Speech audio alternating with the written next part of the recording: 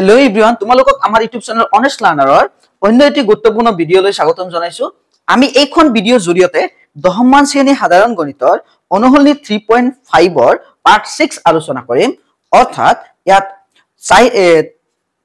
আমি 4 নম্বৰ প্ৰশ্নৰ পৰা আলোচনা আগবঢ়াম। অনুশীলনী 3.5 ৰ 4 নম্বৰ প্ৰশ্নলৈ যোৱাৰ আগতে তোমালোকে যদি চেনেলখনত নতুন আহিছা এনেকুৱা অতি প্ৰয়োজনীয় ভিডিঅ' পাবলৈ তোমালোকে ভিডিঅ'টো চেনেলখন সাবস্ক্ৰাইব কৰি কাষত থকা বেল আইকনখন ক্লিক কৰি দিবা। এতিয়া প্ৰশ্নটো চোৱা আমাক কৈছে তলৰ সমস্যাবোৰক লৈ ৰৈখিক সমীকৰণৰ জোট গঠন কৰা আৰু যিকোনো বীজীয় পদ্ধতিৰে তুমি কি কৰা হিয়তৰ সমাধান উলিওৱা। যদি সমাধান আছে তেনে যিকোনো তোমাৰ ইচ্ছা মতে তুমি সমাধান কৰা। প্ৰতিস্থাপন পাইছো, অপনয়ন পাইছো, বৰ্গকৰণ পাইছো। আমি তিনিটাৰ ভিতৰত যিকোনো এটা কৰিলেই হ'ল। এতিয়া এক নম্বৰ প্ৰশ্নটো চাবা কি কৈছে যে কোনো ছাত্ৰবাহৰ মাহেকীয়া মাচুলৰ এটা অংশ নিৰ্দিষ্ট আৰু বাকিখিনি এজনে মেছত কিমান দিন খাদ্য গ্ৰহণ কৰে তাৰ ওপৰতে নিৰ্ভৰ কৰে। মানে মেছত এটা অংশ নিৰ্দিষ্ট টকা দিব লাগে, তাৰ পিছত যিমান দিন খালে তাৰ এটা পইচা দিব লাগে পাৰ ডে হিচাপত। যেতিয়া এজন ছাত্ৰই এ 20 দিন খাদ্য খায় তেন্তে তেওঁ ছাত্ৰবাহৰ মাচুল দিব লাগে 1000 টকা। আকৌ এজন ছাত্ৰ বি এ যদি 26 দিন খাদ্য খায় তেন্তে তেওঁৰ মাচুল দিব লাগে 1180 টকা। নিৰ্দিষ্ট মাচুল আৰু প্ৰতিদিনত খাদ্যৰ দাম কি উলিওৱা। আমি নিৰ্দিষ্ট মাচুল ধৰিব লাগিব আৰু প্ৰতিদিনৰ খাদ্যৰ দামটো ওলাব লাগিব। এতিয়া সলিউশন তুমি যিকোনো পদ্ধতিত সমাধান কৰিব পাৰা। এনেকুৱা অংক হৰাই তুমি প্ৰতিস্থাপন পদ্ধতিত সমাধান কৰিব চেষ্টা কৰিবা। লেট নিৰ্দিষ্ট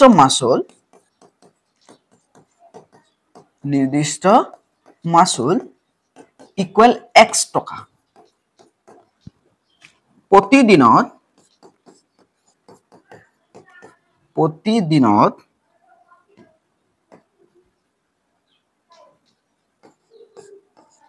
খাদ্যৰ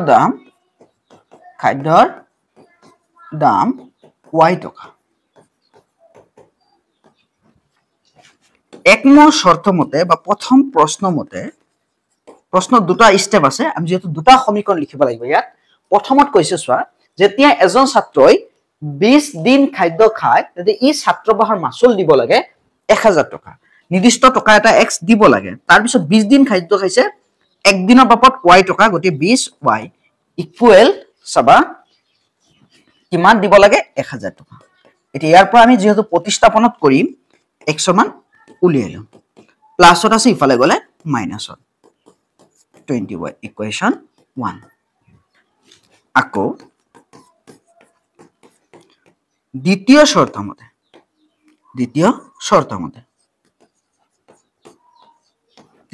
মতে চোৱা কি কৈছে এজন ছাত্ৰ বি যদি 26 দিন খাদ্য খায় এতিয়া কিমান দিন 26 দিন তেনেহলে পইচা দিব লাগে, আকৌ টকা দিব লাগে কিমান 1180 টকা। অৰ্থাৎ x টকা দিবই লাগিব। এটা 26 দিন খাদ্য খায় 26y টকা হ'ব খাদ্যৰ দাম। প্ৰতিদিনৰ খাদ্যৰ দাম y টকা। কিমান দিব লাগে 1180 টকা। এতিয়া আমি কি কৰিম x ৰ মানটো বহুৱাই দিম। কিমান পাইছো ইকুৱেশ্যন 1 ত পাইছো 1000 - 20y 1000 - 20y plus 26y equal 1180। ক'ৰ পৰা পাইছো 1 ৰ পৰা। এতিয়া চাবা 26 ৰ পৰা 20 গুচি গ'লে আমাৰ কিমান থাকে 6y ইকুৱেল ইয়াতে আছে 1180। এতিয়া 1000 প্লাছত আছে ইফালে গলে মাইনাছত হ'ব 1180 মাইনাছ 1000 6 পূৰণ হৈ আছে ইফালে গলে হৰণ। এতিয়া 1180 ৰ পৰা 1000 গুচি গলে 100 কিমান থাকিব 80। চোৱা 6 উঠত কেইবাৰ 3 বাৰ, 0ত কেইবাৰ 0 বাৰ। এতিয়া y ৰ মান পালো 30। ইকুৱেশ্যন 1 ইমপ্লাইজ কৰা। ইকুৱেশ্যন 1 আমি পাইছিলো x ইকুৱেল 1000 মাইনাছ 20y আমি y ৰ মান কিমান পালো y ৰ মান পালো 30। 1000 2 3 গুণ কিমান 6 2 গুণ 0 1000 পৰা 600 যদি গুছি যায় কিমান থাকিব 400 অর্থাৎ আমি কি পালো যে নির্দিষ্ট মাসুল এটিকে নির্দিষ্ট মাসুল আমি কিমান পালো মাসুল x ইকুয়াল আমি কিমান পালো 400 টকা মানে ফিক্স 400 টকা তুমি দিব লাগিব আৰু প্ৰতিদিনৰ মই শৰ্টকাট লিখিছো প্ৰতিদিনৰ খাদ্যৰ দাম y ইকুয়াল কিমান পালো 30 টকা 30 টকা এটো প্ৰতিদিনৰ খাদ্যৰ দাম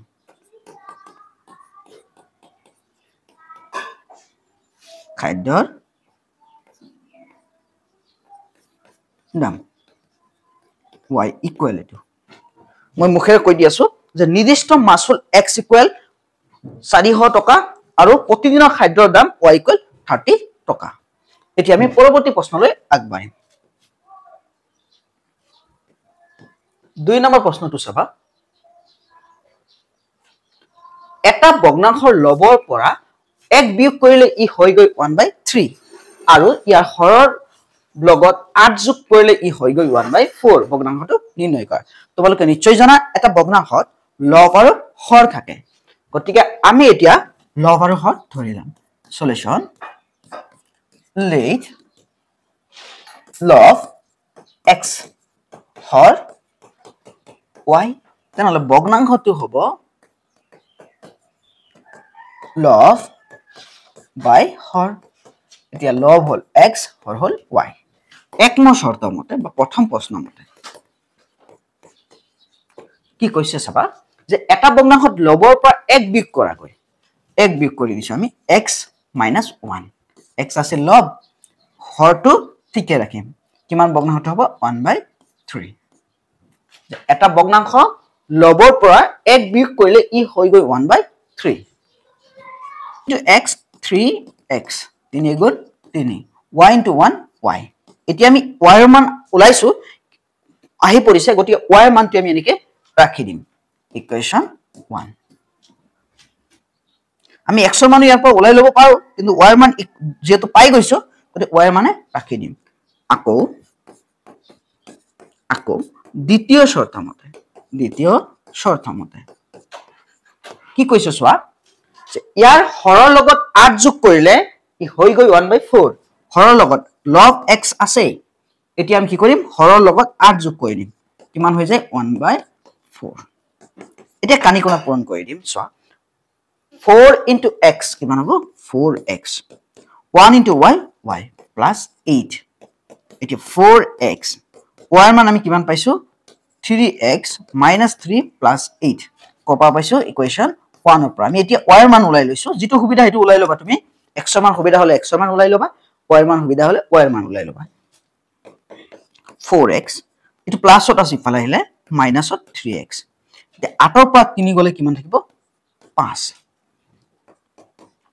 দুটা x ৰ পৰা 4x ৰ পৰা 3x গুছি গলে এটা x থাকে 5 x ৰ মান আমি কিমান পালো 5 ইকুৱেশ্যন 1 ত চাম আমাৰ ইকুৱেশ্যন 1 ত আছে 3x minus 3 equal y 3x x ৰ মান আমি কিমান পাইছো 5 x ৰ মান আমি 5 পাইছো 5 minus 3 equal y 3 5 গুণ কিমান 15 15 ৰ পৰা 3 গলে কিমান থাকে 12 y এতিয়া সোৱা আমাৰ লব কিমান x equal 5 হৰ কিমান y equal 12 ভগ্নাংশটো কিমান হ'ব 5/12 নিশ্চয় বুজি পাইছা আমি পৰৱৰ্তী প্ৰশ্নলৈ আগবাঢ়িম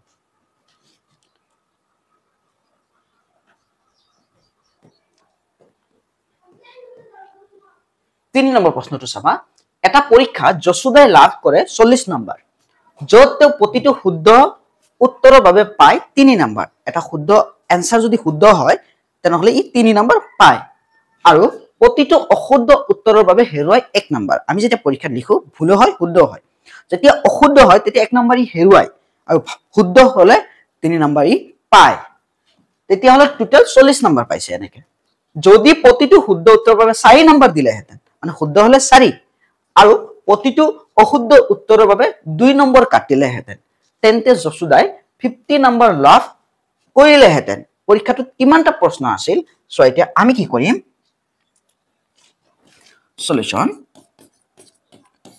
লেট শুদ্ধ প্ৰশ্ন ধৰি লম শুদ্ধ প্ৰশ্ন কিমান এক্সটা অশুদ্ধ প্ৰশ্নৰ সংখ্যা প্ৰশ্ন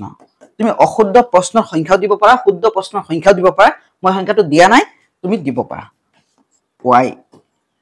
টকা নহয় টা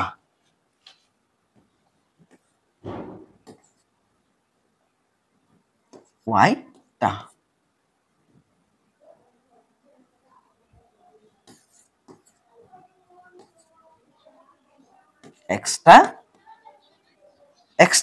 এক্সটা হল আমাৰ শুদ্ধ প্ৰশ্ন আৰু y টা হল আমাৰ অশুদ্ধ প্ৰশ্ন এতিয়া প্ৰথম শৰ্ত মতে চাবা এক নম্বৰ শৰ্ত মতে চাবা প্ৰথম শৰ্ত মতে আমাক কি কৈছে যে 3 নম্বৰ এটা প্ৰশ্ন যদি শুদ্ধ হয় 3 নম্বৰ পালে হয় আমাৰ শুদ্ধ প্ৰশ্ন আছে কেইটা x টা 3x তাৰ পিছত হেৰুৱালে হয় হেৰুৱাটো মাইনাস কৰিব লাগিব কিমান হেৰুৱালে হয় যে এটা অশুদ্ধ হলে এক হেৰুৱালে হয় অশুদ্ধ প্ৰশ্ন আছে y টা গতিকে আমি মাইনাস কৰিম কেনটা y কিমান পাইছে 40 1 into y y হলে হয় এতিয়া আমি ইয়াৰ পৰা হয় y এৰ মানটো উলাইলাম x এৰ মান y এৰ মান উলাওতে সুবিধা গতিকে আমি কি কৰিম 3x y টো মাইনাসত আছে ইফালে গলে প্লাস 42 প্লাসত আছে ইফালে আহিলে মাইনাসত ইকুয়েশন 1 আকৌ চাবা আকৌ দ্বিতীয় শর্ত মতে চাবা দ্বিতীয় শর্ত মতে কি কৈছে আমাক চোৱা যে এটা প্ৰশ্ন যদি শুদ্ধ হয় একটা প্ৰশ্ন যদি কি হয় শুদ্ধ হয় আমাৰ তেতিয়া হলে 4 নম্বৰ পাব 4x আৰু হেৰুৱাব কিমান অশুদ্ধ হলে কিমান 2 মাৰ্কস হেৰুৱাব অশুদ্ধ প্ৰশ্ন আছিল y টা 2 into y এনেকে কিমান নম্বৰ পালে হয় এনেকে নাম্বাৰ পালে হয় আমাৰ 50 এতিয়া চাবা সবতে 2 হৰণ গৈ আছে আমি ছুটি কৰিলাম সমীকৰণ তুমি যিকোনো সমীকৰণ লিখোতে চাবা যদি ছুটি কৰা যায় ছুটি কৰি লবা তাৰ পিছত সুবিধা হ'ব twice x minus y so 2 4 কেবাৰ 2 বাৰ লগত x 2 দিয়ত একবাৰ 50 25 বাৰ 25 এতিয়া আমি কি কৰিম twice x minus y এৰ মানটো বহাই দিম ব্ৰেকেট দিম কাৰণ আগত মাইনাস আছে y এর মান আছে 3x minus 40 ইকুয়েশন 1 ত পাইছো equal 25 কৰ পৰা পাইছো 1 ৰ পৰা এতিয়া চাবা আমি আৰু এক লাইন লিখিম ইয়াত 2x minus 3x minus a plus 40 equal 25 এতিয়া চাবা তিনিটা x ৰ পৰা দুটা x যদি গুছি যায় আমাৰ কি থাকিব minus x 40 তো প্লাস হৈ আছে ইফালে গলে মাইনাস 25 minus 40 minus x 40 ৰ পৰা 25 গুছি গলে কিমান থাকে 15 minus 15 minus minus cancel হলে আমাৰ কি থাকে x দুই ফালে যেহেতু মাইনাস আছে ক্যান্সেল হ'ব x equal 15 equation 1 implies equation 1 ত আমি কি পাইছো 3x minus y 3x minus 40 3x minus 40 equal আমি কিমান পাইছো y x এর মান আমি কিমান পাইছো 15 minus 40 equal y 3 15 গুণ কিমান 45 minus 40 equal y এতিয়া 45 ৰ পৰা 40 গুছি গলে কিমান থাকে 5 থাকে y এৰ মান আমি পালো 5 এতিয়া মোট প্ৰশ্ন চাবা মোট প্ৰশ্ন x plus y x এৰ মান x হল শুদ্ধ প্ৰশ্ন কেইটা আছে 15টা আৰু অশুদ্ধ প্ৰশ্ন আছে 5টা আমাৰ কিমানটা হ'ব 20টা নিশ্চয় বুজি পাইছা আমাৰ ভিডিওটো এইখিনি আছিল তোমালোকে ভিডিওটো সম্পূৰ্ণ চোৱাৰ বাবে ধন্যবাদ জনাইছো যদি ভাল লাগিছে লাইক কৰিবা শেয়াৰ কৰিবা পৰৱৰ্তী ভিডিওৰ লিংক ডেসক্ৰিপশন দি দিম তোমালোকে চাই লবা